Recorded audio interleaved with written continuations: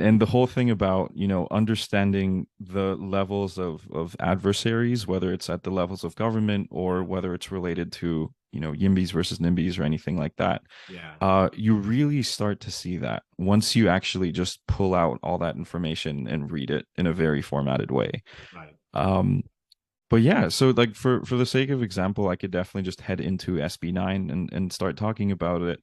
Um, so I mean, I think a lot of your listeners right now would probably know what SB9 is or what it's trying to do or what it tried to do before being passed. Right. So not to dive into that and kind of preach to the choir here. Digging into a little bit of the committee analyses, we saw quite a few notable names that people wouldn't have thought have been related or have been interested in housing initially, Right. take very interesting positions on this bill. And then when you look at the type of organizations, it even makes it just slightly weirder. Mm. So the for this example, I basically picked up the most recent committee analyses, which was, if I recall correctly, and I can double check right here, was a Senate floor analysis that was done on the 28th of August, 2021. I see. So yeah, so with that one, it was basically an analysis written just to get a better understanding of the implications and the consequences of this bill Mm. should it pass. Right. Um, and it was used as, a record of, here's the history of votes that has happened in all the previous committees that it was in, Mm. and with the current final vote on the Senate floor, this was the final, outcome of it, basically. So, digging into a little bit of the support side, we saw an unusual amount of organizations and cities take both the support and oppose stances, but specifically on the support side, Mm. we saw a lot of very notable corporations. So to list them off just a little bit, Schneider Electric was one of them, Okay. who was in support of SB9. Zillow was in support of SB9, which was Mm. very interesting because I know, they're a very big name in the prop tech scene at least. Yeah. The next two are a little interesting. So Facebook and the Chan Zuckerberg initiative were very big proponents of SB9. Mm. Um, Having because both of them kind of took a position, I'm sure there's one person behind both positions most probably, but Yeah. Yeah. um, that's all just up to interpretation. We just have the records on these PDFs, but No, that's the very rest that interesting. follow are Yeah. basically Mm. uh-huh. Oh no, go ahead. Go ahead. Oh yeah. Oh, yeah, the rest are basically kind of expected. So they're basically just AARP, Yeah. and just a collection of YIMBY organizations across California. And looking at it from, when I saw this support initially, this list of people who've taken a position, as an outsider, it kind of seemed like it would be greatly helpful to them, Mm. specifically in places like San Francisco, because I spent a little part of, the summers of my childhood growing up in San Francisco. And um, the one thing I kept hearing, just talking to different people and getting an understanding of why rent is so high and why everything is just so expensive there, is there's just not enough houses and there's so much demand and there's so many people trying to fit in a super, super tiny area. Yeah. So, you know, increasing the amount of the supply, super basic economics, is definitely going to meet up with that increasing demand. And that price wouldn't be as high, that price tag to get a home. Um, and then also, and I'd love you to correct me if I'm wrong here, but from a developer's perspective, Yeah. uh, it's just more business because there's more houses to sell. Right. The if you look at homes in San Jose and Palo Alto and all these different places, they're always the super standard households where they're, rather spacious. They have the now famous garages where all the big tech companies started, and then a massive backyard, and they're just basically a single family home. So if you split that up, there's more houses to sell, there's more of everything to kind of go around. Yeah. Um,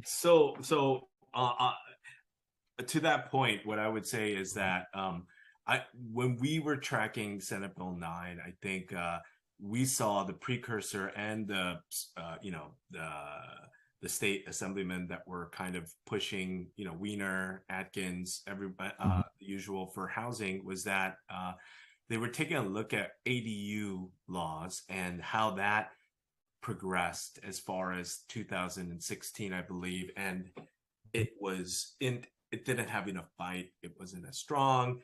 You know, it Mhm. was okay. We'll leave it to city decisions on whether to allow, and they Mhm. clearly, a majority of them ended up really, you know, putting restrictions on height, setback, size, and it was impossible to build an ADU. It's like, oh, okay, so I could get a 300 square foot ADU and that's it, right? Like, so I remember in Mhm. those iterations, and so it they really strengthened that bill over time, learned lessons, and then even the SB9 bill was like, okay, well, now we know we have to make clear language of what the minimums are. And I think that's one takeaway, is that they said, okay, Mhm. cities cannot impose any sort of overlays or guidelines or restrictions that will prohibit a building of 800 an 800 square foot unit, and you have to abide by this and stuff like that. So that what I see. But then when you're with that's fascinating with Mhm. you know, who those backers were. I think it's so nuanced in that there were, you know, the bill was really intended for intergenerational wealth, and there were Right. families that were landlocked and had equity Mhm. but did not have the wherewithal to, right, build and create rental income that they could pass along to their kids. All great. But then there's more to it than that, right? It's like the Mhm. implementation, how you're utilizing, and then now we're seeing that a majority of the cities are against SB9, suing SB9, and then that bleeds Mhm. into builders remedy, which is now there's this big Right. fight with Huntington Beach and the state, where they're both suing Mhm. each other. You know, politics aside, whether YIMBY or NIMBY aside, Huntington Beach Mhm. is not going to win against the state, right? It's just not Right. going to look good, Yeah. and and there's going to be turnover, and it just really depends on the residents of Huntington Beach whether they want to prolong Mhm. this, or is there going to be a change, right? And they are going to start allowing this. So that's kind of my Exactly. thoughts on that. Yeah.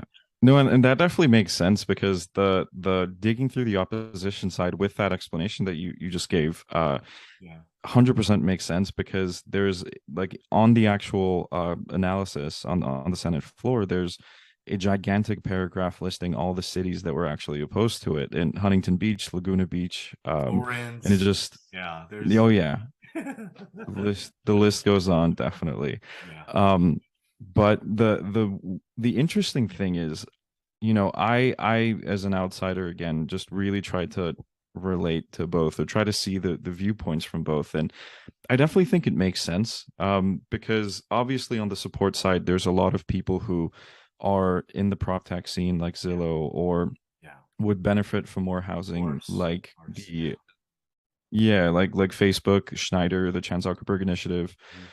Um, and then I'm sure if you keep scrolling on that list, because it's a very long list of supports, the Yimbys and then all the real estate specific like organizations that took a stance in the support stance um would definitely benefit from something like that. But I kind of as someone doing engineering at an early stage startup, I could kind of relate with a lot of what the cities are opposing, which is, if we look at the other bills like AB 2011 and Yeah, 2334, the reasonings listed in those analyses for the opposition from those cities and from those organizations who oppose these bills is always just lack of control, losing control, and yeah. then um, it being unsure whether it can maintain the proper infrastructure as a city for all these new housing units. Yeah, I can't And agree more with that too. Yeah, they don't have the yeah, infrastructure to all of a sudden. So yeah, I love that you brought that point up, because I also want to say, even though the intentions of this of these bills is I agree with, right? It's the execution, it's the devil in the details, right? So it's like, exactly. did these bills come with a budget?